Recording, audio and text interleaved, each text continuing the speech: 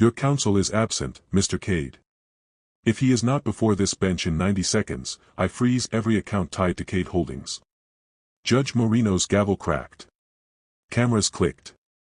The courtroom vibrated with whispers as billionaire Ezra Kade clawed at his tie, eyes darting to the empty chair where his attorney should have been.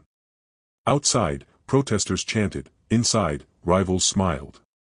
A $220 million antitrust motion hung above his empire like a guillotine.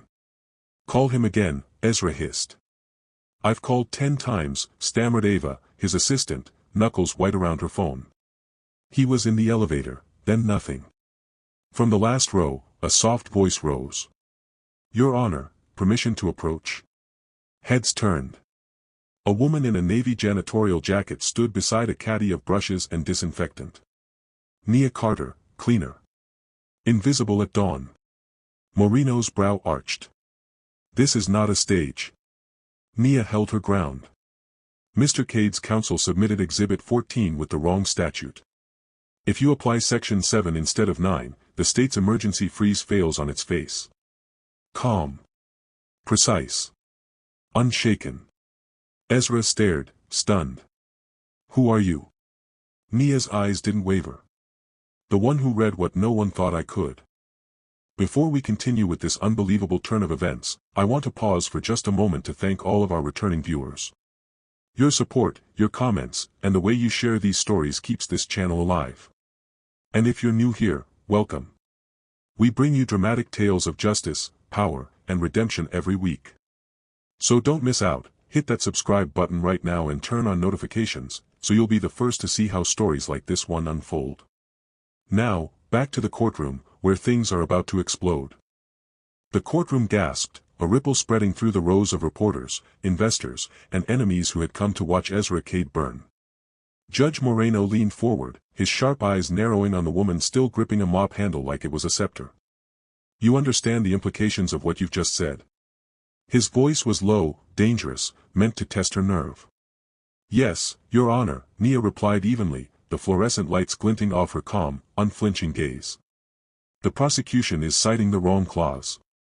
Section 9 governs monopolistic acquisitions.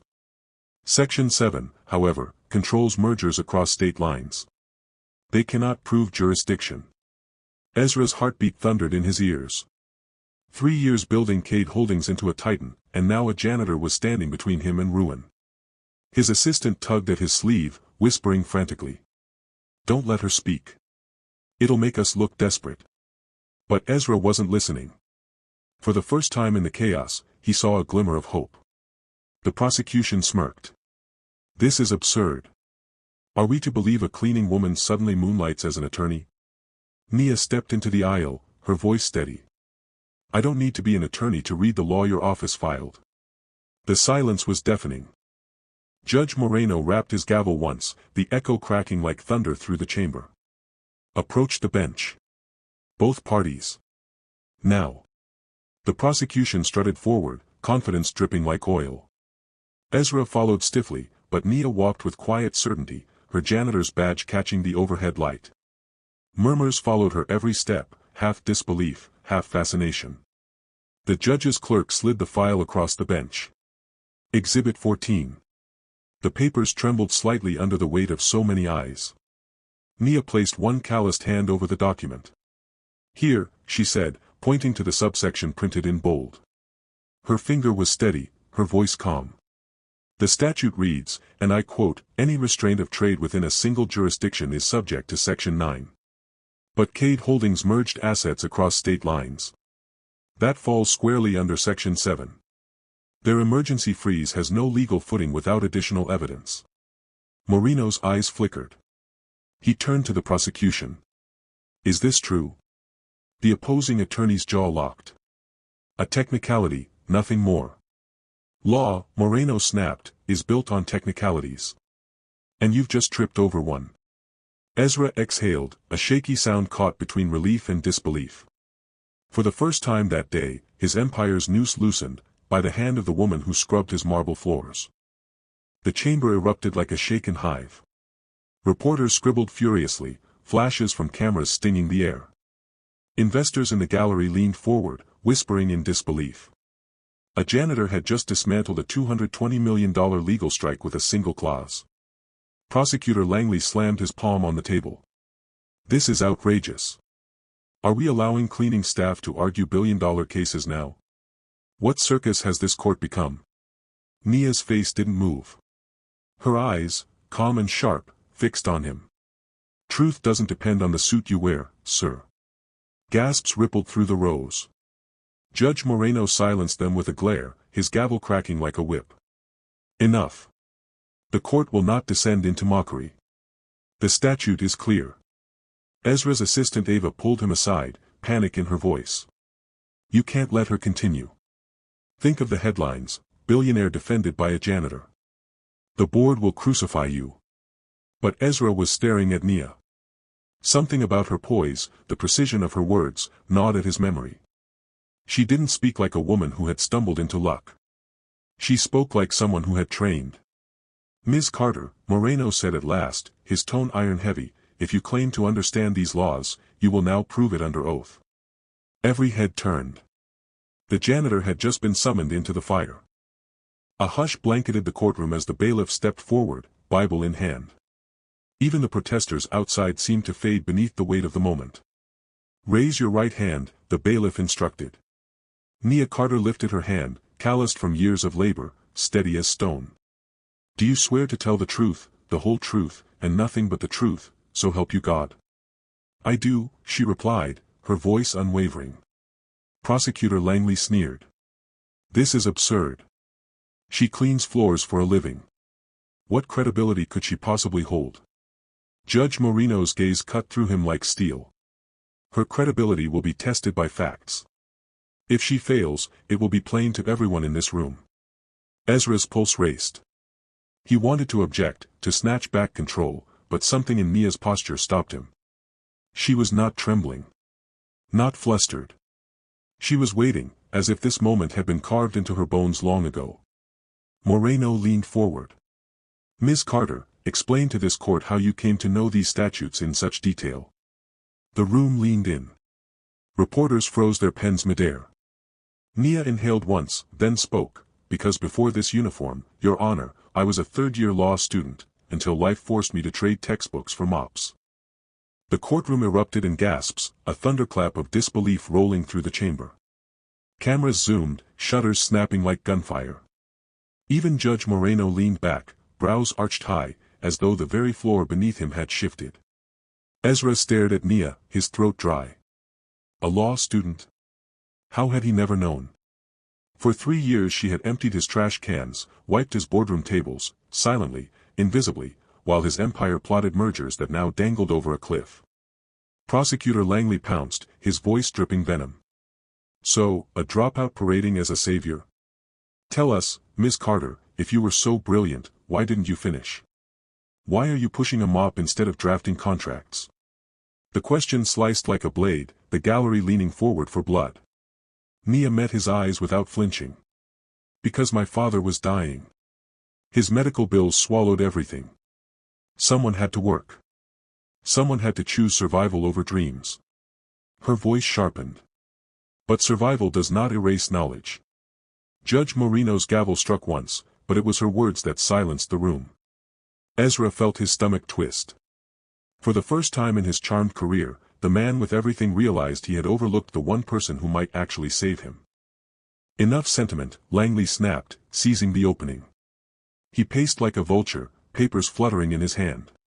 If you truly know the law, Ms. Carter, then tell us, how does Section 7 override an emergency injunction filed under interstate commerce? Go ahead. Enlighten us. The courtroom tightened, oxygen thinning. Ezra's board members leaned forward, eager for her to fail. Ava buried her face in her hands. Nia stood taller, her janitorial uniform wrinkled yet regal in its defiance. Section 7, Clause 3, she said steadily, requires proof of intentional harm to fair competition across multiple states. Without evidence of that intent, the injunction collapses. She tapped the prosecutor's own brief. Your exhibit proves only market dominance, not malicious conduct. Langley's jaw twitched. He hadn't expected precision. Judge Moreno interjected, voice like gravel. Counselor, is she correct? Langley faltered, flipping through his own notes. It's irrelevant. Answer, Moreno barked. Sweat bloomed at Langley's collar. Technically, yes. But. No buts, Moreno cut him off. The court deals in statutes, not speculation. The gallery buzzed with energy. Ezra's chest unclenched for the first time in hours. But Nia wasn't done. She turned to Langley, her gaze unyielding. And if you continue down this path, counselor, you'll be the one in contempt, for knowingly misapplying the law. The room exploded. The eruption of voices rattled the paneled walls. Reporters leapt from their seats, scribbling furiously, cameras flashing in a frenzy. The words janitor and law crackled through the crowd like fire. Judge Moreno thundered his gavel. Order. Order in this court. Slowly, the noise subsided, though tension still coiled like a live wire in the air. Langley's smirk had vanished. His face was a mask of thinly veiled panic. Your Honor, this is a distraction, an amateur hijacking due process. But Moreno's eyes locked on Nia.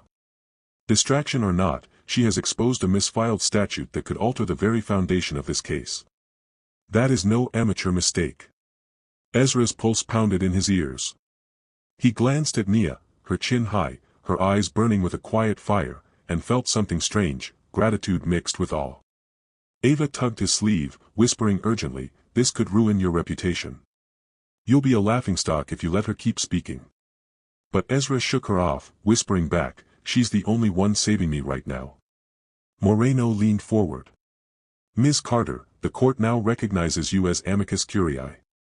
You will continue advising until further notice. The words fell heavy as stone. A cleaner had just been granted a legal voice in a billion-dollar courtroom. Langley's composure cracked. He shuffled through his files with frantic fingers, papers slipping like feathers onto the polished floor. This is preposterous, he barked, sweat dripping down his temple. We cannot allow an unlicensed custodian to dismantle years of state preparation. Sit down, counselor, Judge Moreno ordered, his tone slicing the room into silence. Your office filed this case. You'll answer for its weaknesses. All eyes turned to Nia. She stepped forward, her voice steady as stone. The weaknesses aren't accidents. They're deliberate. I've cleaned these offices for 3 years. I've overheard your aides coaching witnesses, misplacing documents, even laughing about burying evidence. She paused, pulling a folded envelope from her pocket. And I kept records. Gasps burst from the gallery. Flashbulbs popped like lightning. Ezra's heart slammed against his ribs. She planned this. Nia handed the envelope to the bailiff. Inside were photocopies of shredded memos she had pieced back together during late-night cleaning shifts, emails showing Langley's team knowingly misfiled statutes to rush a premature freeze. Judge Moreno's face hardened. Counselor Langley, these are serious allegations. Explain yourself.